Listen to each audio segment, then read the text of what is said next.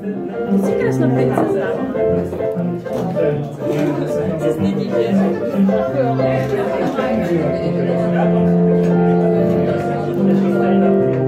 Dnešní vernisáž je věnovaná obrazům místního autora, kterému teď předávám slovo.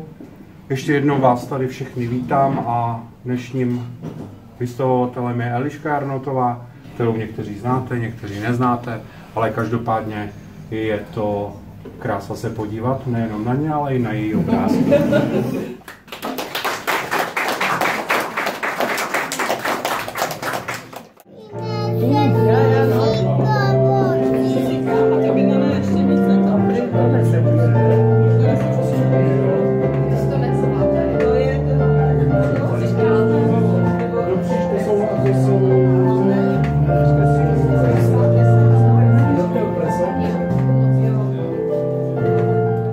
Název té výstavy je Lítý akryl a je to taková, nevím, možná celkem neznámá technika tady v Česku zatím ještě.